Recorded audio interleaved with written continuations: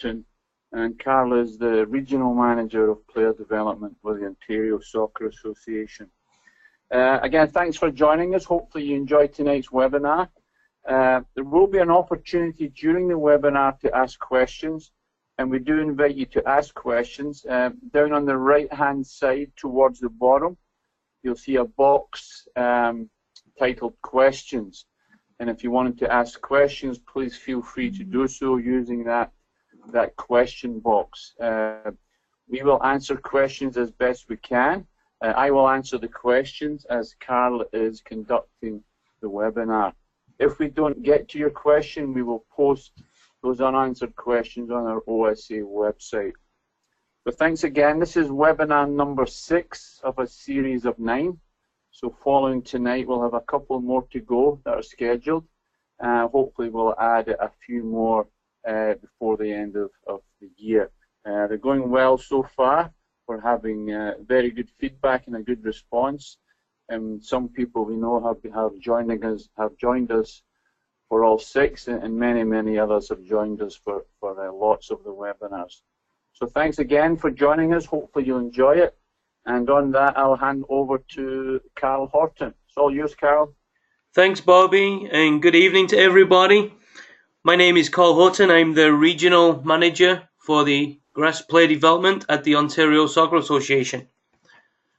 Tonight's webinar, we're going to take a look at the OSA Player Development Model, a new training model that we've created to help with the development of our grassroots soccer players. Tonight's webinar is being recorded, so please feel free after the webinar has finished to pass the information on to members, associates within your clubs and organizations, and feel free to review the webinar once again on our OSA TV channel. So to start with, we're going to take a look at the guiding principles that we use at the player development department. So we believe that grassroots soccer is for all. With the old model that used to be in place, players used to try out to play for teams, and only a select few would be selected to play in programs and receive the best coaching, play in the best facilities. It only developed a handful of players. We believe that grassroots soccer should be for all, and that all players deserve the opportunities to play in the best facilities, play with the more qualified, better coaches, and become better all-round soccer players. So we strongly believe that grassroots soccer should be able to be played by any single individual that would like to play and fall in love with the game. We also believe and understand that play is the best means of learning. Players learn from playing the game in a real life situation. We want the children to play more games, whether it's at their league level, their festival games, or in their training environment. Players love playing games of soccer. One of the first questions that they ask when they come to a soccer practice is, when are we going to play tonight? And as a coach, we should be putting them into game situations where they learn the game, which allows them as players to make decisions and to solve problems that will happen in their games on the weekends. Children should play the game and have fun.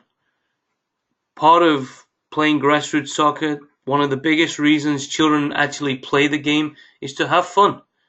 We've surveyed over 1,000 soccer players, and the main answer that comes back for why they play soccer is they want to have fun. So at the grassroots level, as a coach, we must create the environment where the children are learning, where the children are having fun, where the children are engaged with the game of soccer. And if a child's having fun at the game, at their practice, they'll stay within the game.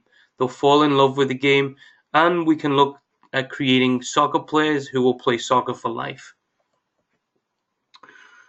Children are not miniature adults. In the past, we've had youth soccer players playing 11 versus 11. So over the last few years, we've made many changes with the game in Ontario, and one of those changes has been placing children on fields that are appropriate to their age and stage of development. So our younger children are playing 3 versus 3, 5 versus 5, 7 versus 7, 9 versus 9. And it's a stir-step approach for children until they reach the early teens, when they move into playing U11 or U13 11 versus 11 soccer. Youth also prefer to be stimulated rather than instructed. So as coaches, we've had to change our method of coaching, looking to get away from the command style of telling the children what to do, and now look at more of a guided discovery, question and answer, including the players in their game, asking the players what they want to do, why they did that, what would they do differently next time. So we can stimulate the players rather than instruct them and telling them what we want them to do as soccer players. Let them have the freedom and flexibility to do what they feel is right. It's a great learning environment for the players. So if we take a look at what is the player development model. So the player development model is something that's been in Ontario for the last couple of years, and it's a model that allows players and coaches to work together. So we're looking at large groups of players training in one location. We're looking at coaches working together. So the player development model is a great model for recreational age groups. It's a great model for development age groups where they can all train together. They can be one big group rather than individual teams.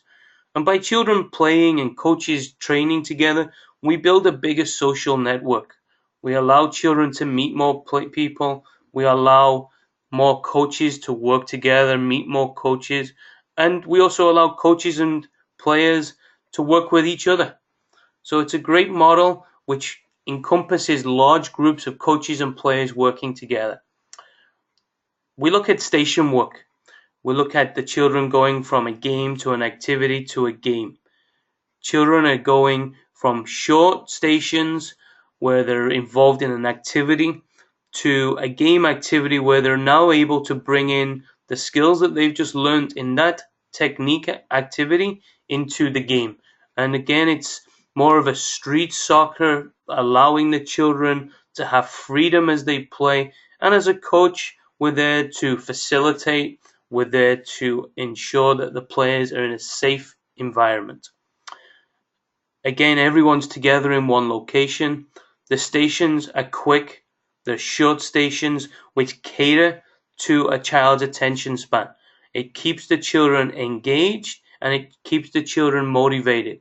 So the station will have a predetermined time allotted to that station, and depending upon the age of the children, the time will vary. And we'll get into that a little bit later on in tonight's presentation. The player development model is player-centered.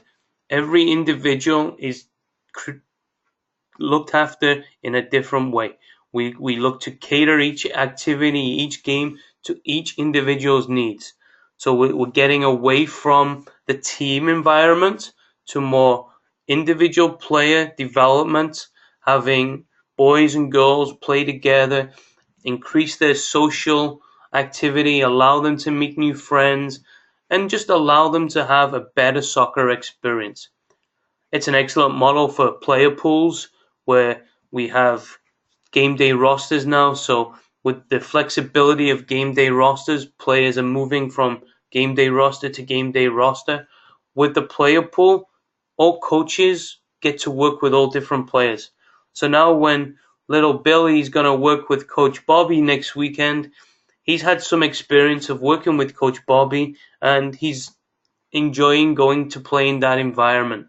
Next week when he's with Coach Sally, he's having a different environment, but he understands and he knows those coaches. So there's an environment which is a safe environment for the children where they feel comfortable. And at the end of the day, everybody's having fun. The players, the coaches, it's a great environment where everyone can have fun together. Here's just a photograph of a training session that was using the player development model. This is a photograph taken from a Hamilton location where two clubs have put their grassroots programs together, Saltfleet and Stony Creek. And on this evening, there was 100 soccer players on the field. We had 10 stations, and as you can see, the stations players are involved in each station. There's game stations, there's activity stations, and the players just rotate through all of the stations.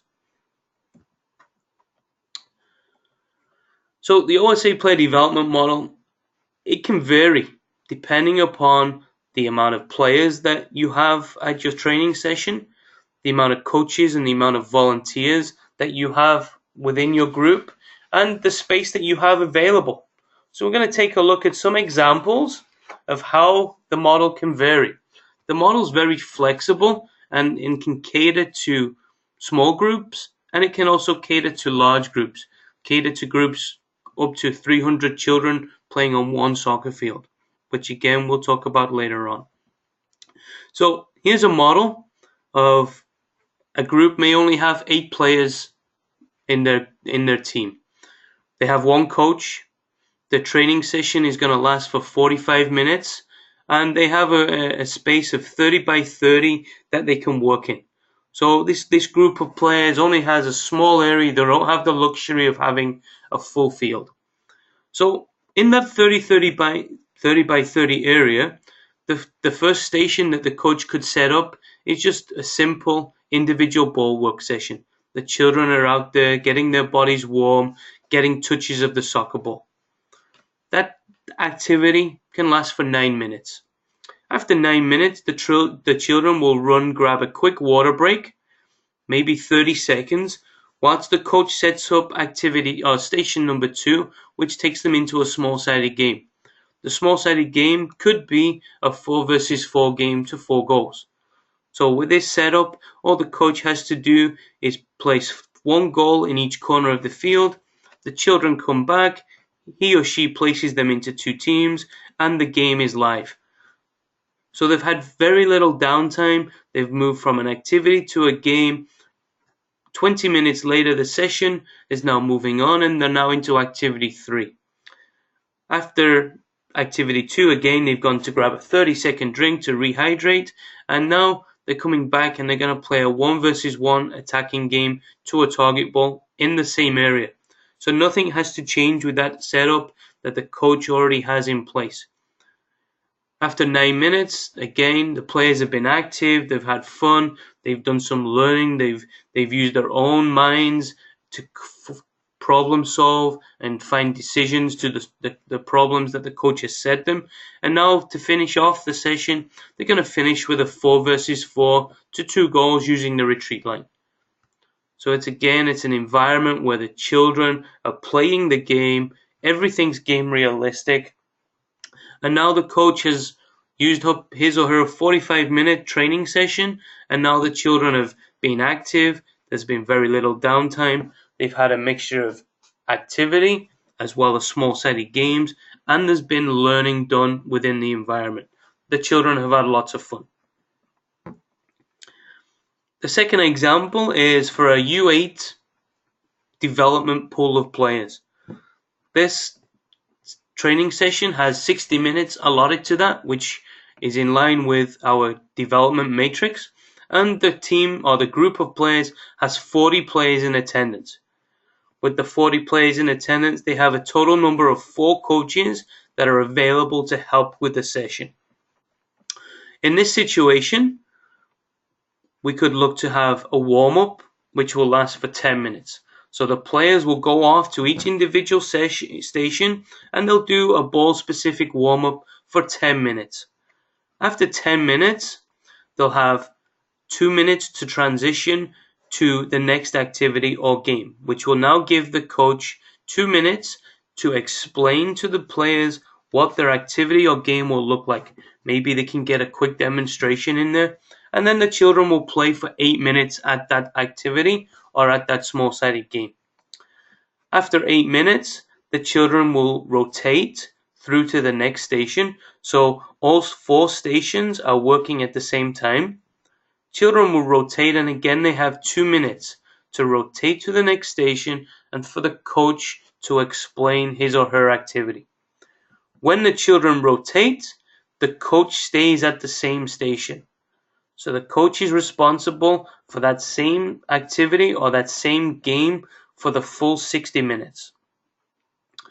After the children have all rotated through all 4 stations, the group of players will finish with a 5-minute cooldown, have an opportunity now for the whole group to get together, for the coaches to do a debrief, to chat with the players, to ask the players questions in regards to what have they learned tonight, what did they like about tonight's session, what didn't they like about tonight's session, and that will bring us to the end of our 60-minute session.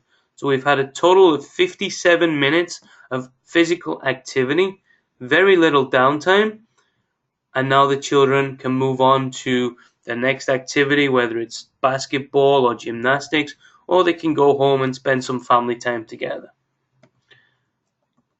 Here is a diagram of how the 4 stations would look when we're working with a group of 40 players. So we have in the top left-hand corner, station 1, which would be an activity. Again, using 30 by 25 meters. Activity or station 2 would be a small-sided game. Station 3 would be an activity, and station 4 would finish with a small-sided game. So 10 players would start in each station, and the players would just rotate clockwise. Here's an example that we've shared with 100 players, 10 stations, and approximately 20 coaches.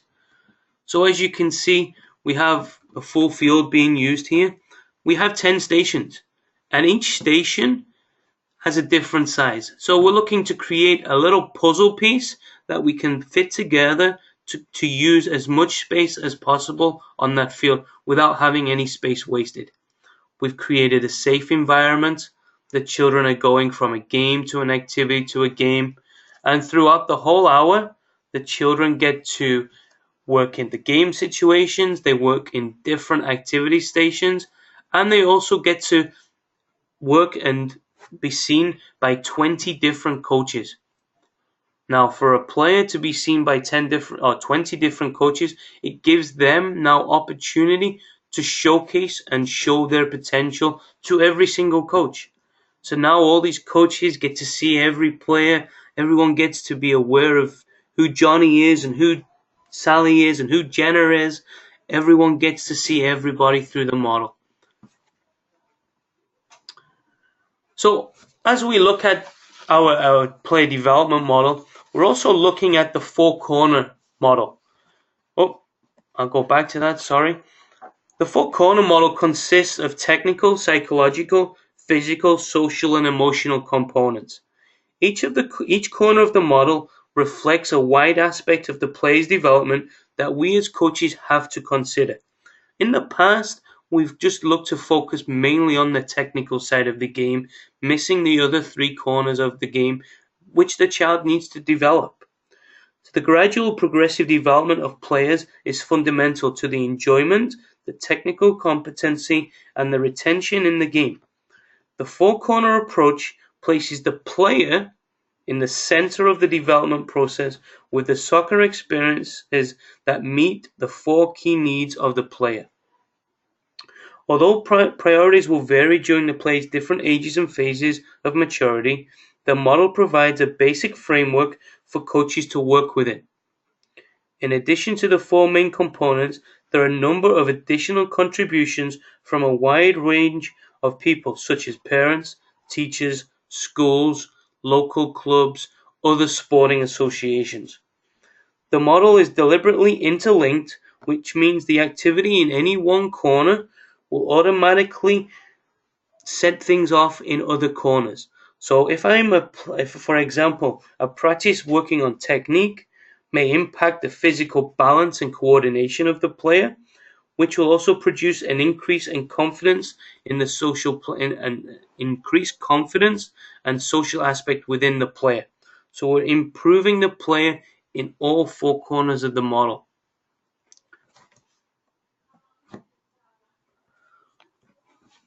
So when we consider the model, the player development model, we had to take some things into consideration. We had to look at facilities, understanding that facilities across the province are totally different. Some parts of the province have great indoor facilities, great turf fields.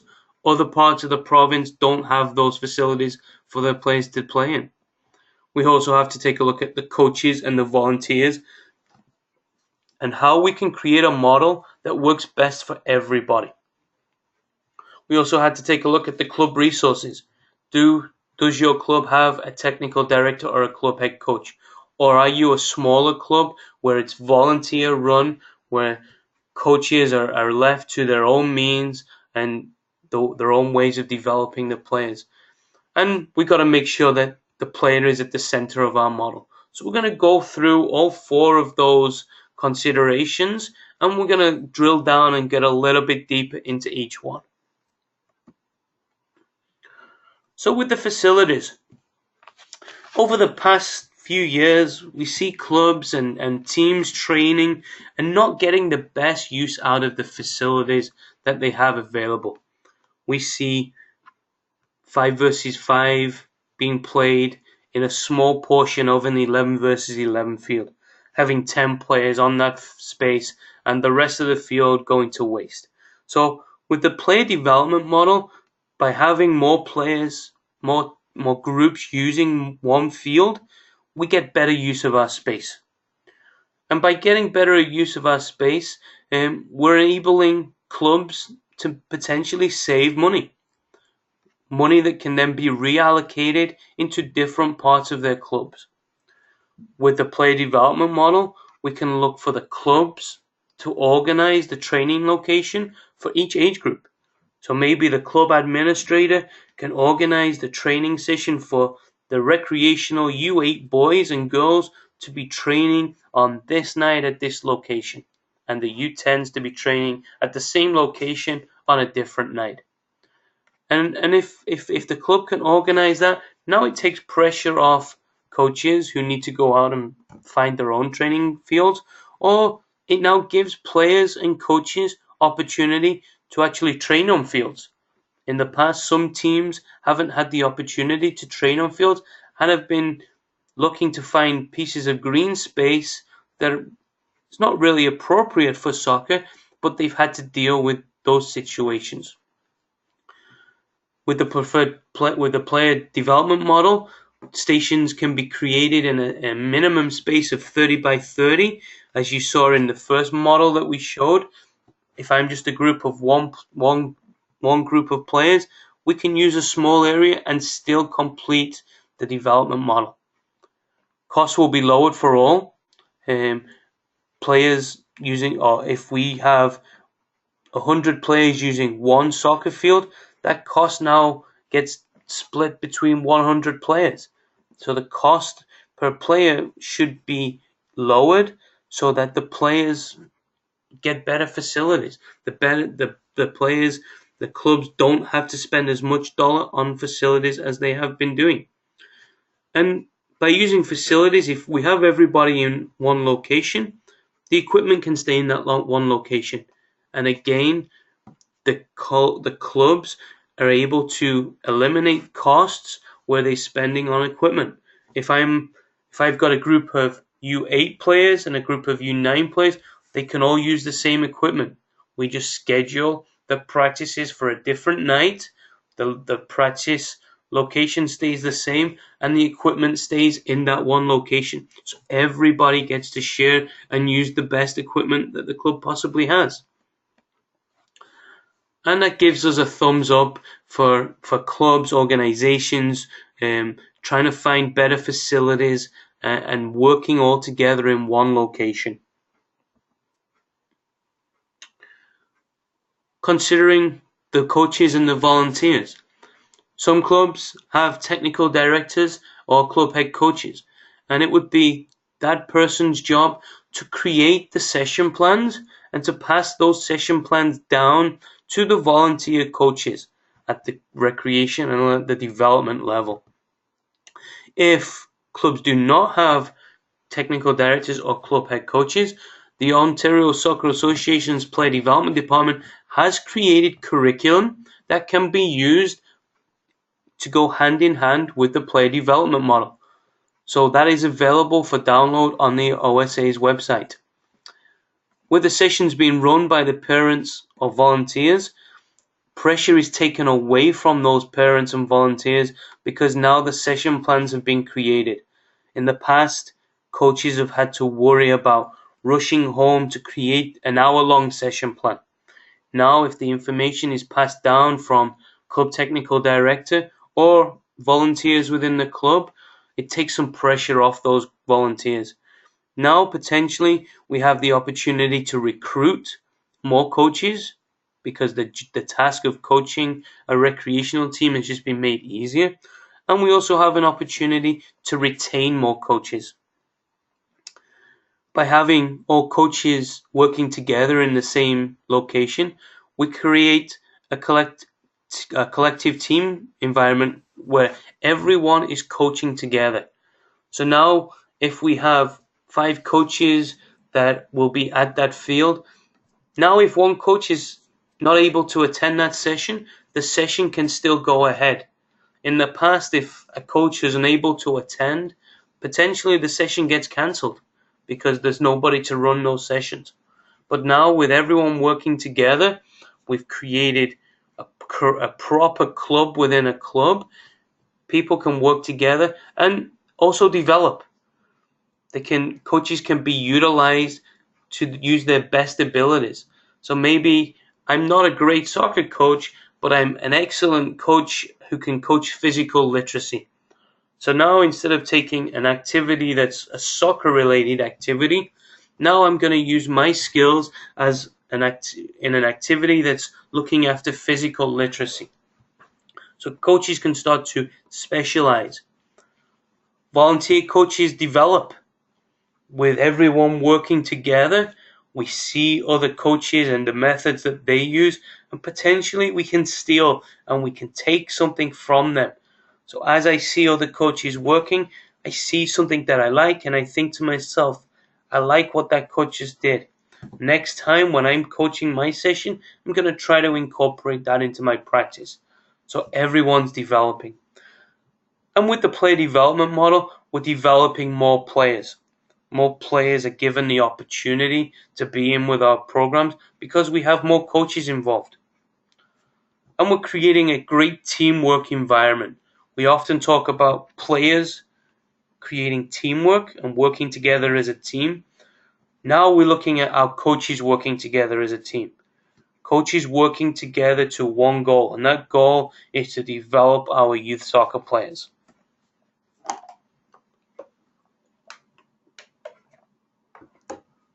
So now as a club, can we maximize our club resources by using the player development model? If we've managed to be able to save dollars on sharing fields and creating a program where we have 100 soccer players on one field rather than on 10 different fields, now we potentially could look at allocating some of that money that has been saved into age-specific head coaches. That age-specific head coach could oversee specific age groups within each club. So potentially, if I'm my child's playing in the U10 development program, now we could have an age-specific head coach overseeing all of the coaches and all of the players within that program. If we have a specific head coach or a club technical director or club head coach, coach education and player education can go hand in hand. That head coach or the technical director can be at that field on the same night, overseeing all the development of all the coaches and all of the players, giving coaches instant feedback on how they've run their session that evening, watching the players and tracking players and making sure we're aware of every single player and how they're developing within the program. In the past, club head coaches have had to run from one field to another field, and they're looking to get around 5 different fields in one night. With this model now, the club head coach or the technical director can be at one field, and they can oversee the whole development of that whole program. By having players playing together and using the player development model, Every player now gets to play in the best facilities. Not only the A players from the past playing in the best facilities, but now every single player, recreational players, development players, all getting to use the best facilities and get the best coaching, working with the better coaches because everyone's working together.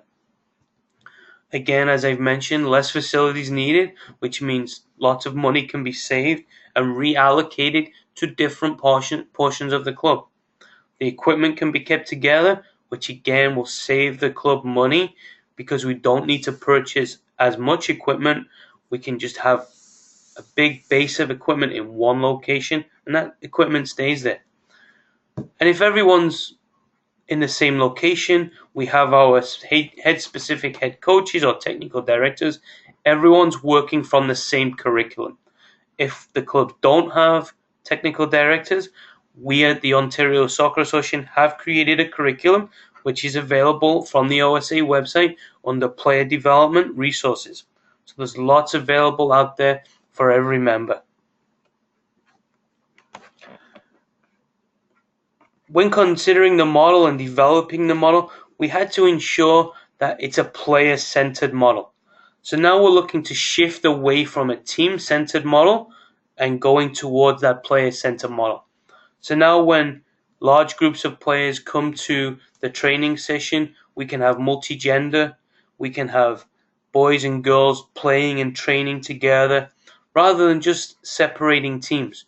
The players will show up, we organize them into the groups depending upon the numbers, and at every group, players get to play with new players, meet new friends, learn from different players. Players will learn from weaker players playing with stronger players playing with average players, because they're learning life skills. It's not just about trying to create the best soccer player at the younger age groups, it's about creating better human beings. With the short stations at the player development model, we're looking at engaging the players. We're creating an environment that keeps them motivated, keeps them wanting to play and looking forward to get to that next activity or to that next game. And of course, with the four-corner holistic approach, we're looking at creating the whole soccer player, the whole athlete. Okay, each activity or game does not have to be a soccer-related activity. It could be a general movement coordination activity. It could be a game of catch, but it's creating the whole player, the whole athlete. It's creating more opportunities. In the past, players have been selected and deselected. This model now allows more players to be involved, allows everyone to get the opportunity to develop. And we can increase the confidence of the player by not judging the player, but by putting the players into situations where they can make decisions themselves, they can give their own input back to us as coaches. We can increase the confidence, which again is setting them up with good life skills. More opportunity for players to show potential. Now when we have groups of coaches all seeing every single player, now that player has the opportunity to show his or her potential to 4 or 5 coaches rather than just to one. And when we get the opportunity to show our potential to 4 or 5 different people, each individual will see something different in that player. And we can start to build a good picture of what that player potentially can do and where we can take that player in the future. There's a lot more peer interaction. Children get to visit with more friends, create more friends, more friendships are created on that soccer field, more friends which we can build for the rest of our life. I still have friends with players that I've played with over the last 30 years. By playing soccer, we can bring people together. Here we have 2 OSA programs. We have the Club Excellence Award and we have the Ontario Player Development League, the OPDL. Both of these programs recognize the player development model. If clubs are applying for Club Excellence, they're graded. do you use the player development model? So it's a program that's recognized by the Club Excellence Award. And also for the player development, OPDL, it's recognized as a training model that is a best practice, one of the best ways to help develop our players. So this model is being used right across the province with the programs that are created at the Ontario Soccer Association. So what are the benefits for the players? Well, there's lots of benefits for the players, and here's just a few that we have listed. So for the players, they get lots of variety and lots of different activities.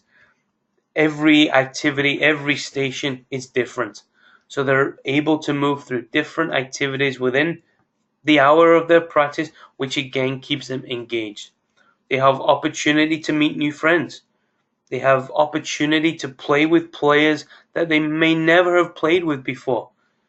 So again, building a great social network for our children. They also get to work with lots of different coaches.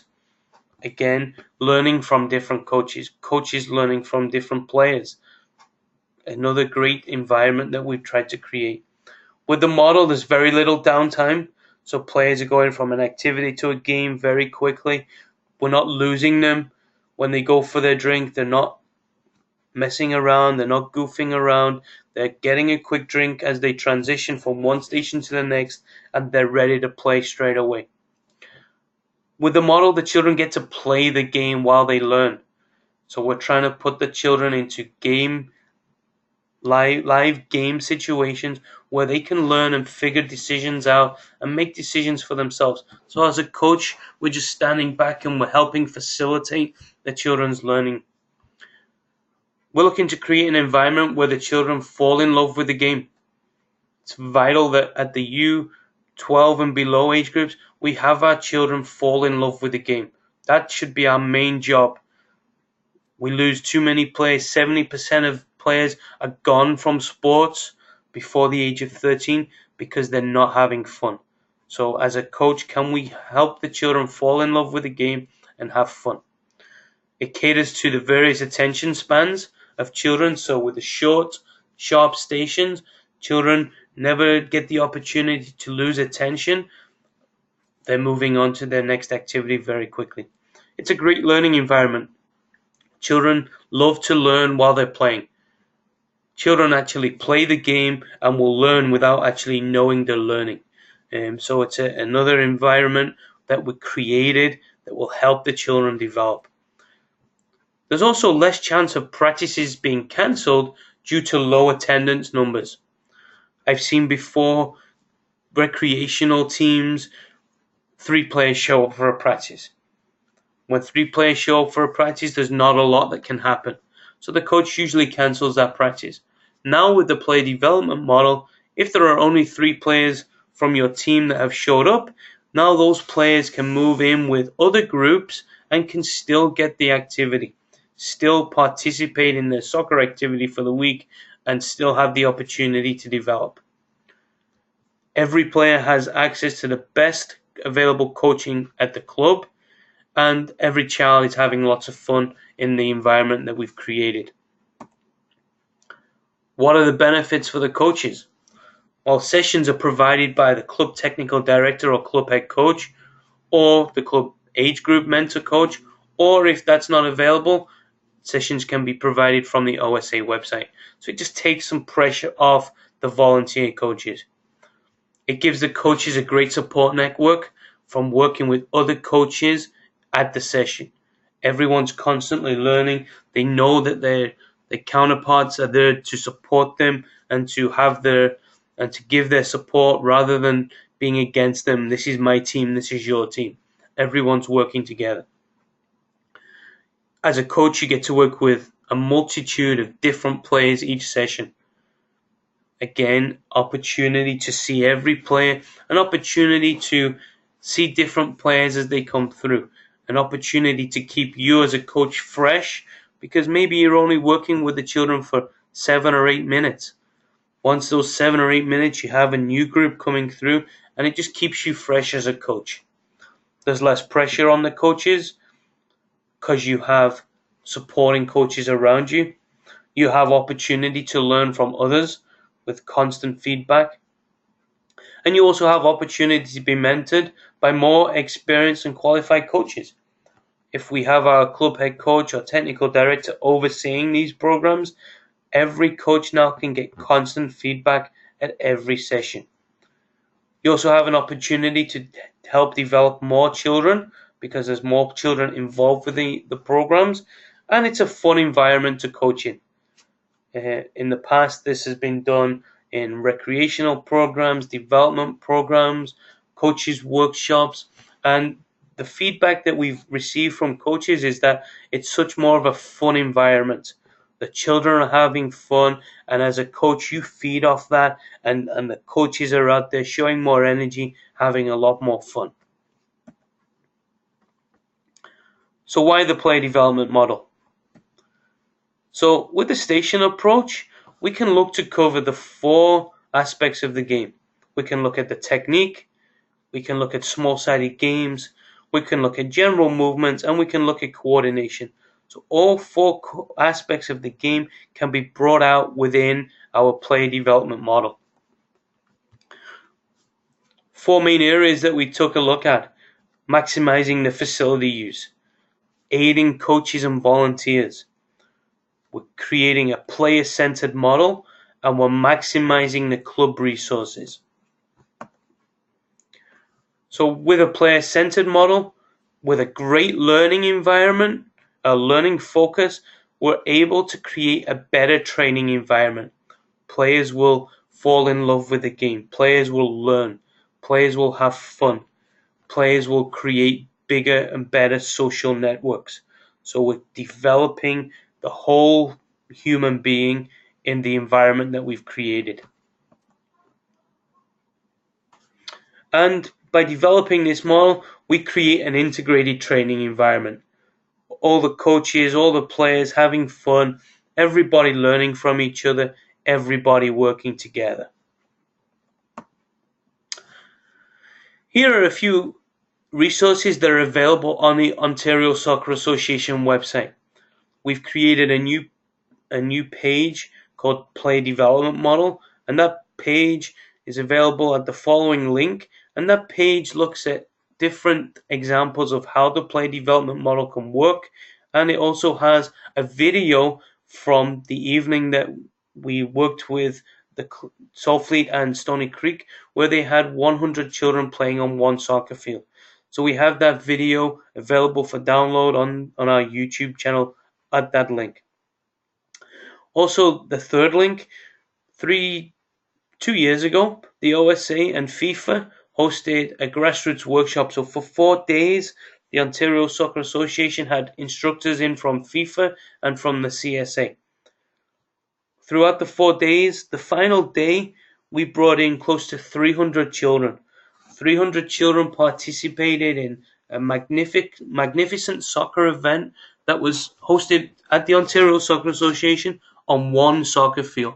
So we had 300 soccer players going through 30 stations with 30 different coaches on one soccer field. So please take a look at that link and take a look at how it worked and the experience that the children had. And the final link is for our grassroots workshops. Through the Play Development Department, we offer free grassroots workshops for coaches to help develop at the grassroots level.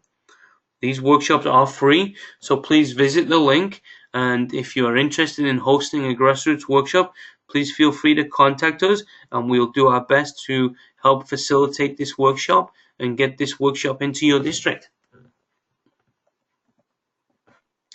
So I'd like to leave you with this quote. Grassroots soccer is not about the amount of trophies you win. It's about the difference you make in a young person's life. So as a grassroots coach, can we start to think about the difference that we can make in these children's lives? It's not about winning. It's not about creating the next Messi or the next Christine Sinclair by the time these children get to 10, 11, 12. It's about creating better human beings. It's about creating better athletes, and it's about keeping our children within our game. And by the time they reach the U13 level, then the decision can be made by the player in which way they want to travel. But it's vital that we keep these children in our game at the grassroots age groups.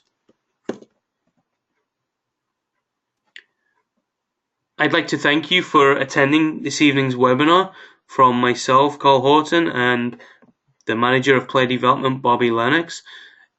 At the end of this webinar, there will be a short survey. Please take the couple of minutes to fill out the survey. Your responses are always appreciated on what we can do better and what you enjoyed about the webinar and how we can continue to develop the game of soccer in Ontario. Please look out for future webinars that we have coming up. Our next webinar will be on the four-corner holistic approach, and that will be hosted by the Manager of Player Development, Bobby Lennox. Once again, thank you for attending, and if you have any questions, please feel free to email myself or Bobby Lennox at our email addresses below, and please follow us on Twitter. Again, our Twitter accounts are registered below. Thank you once again. Good night.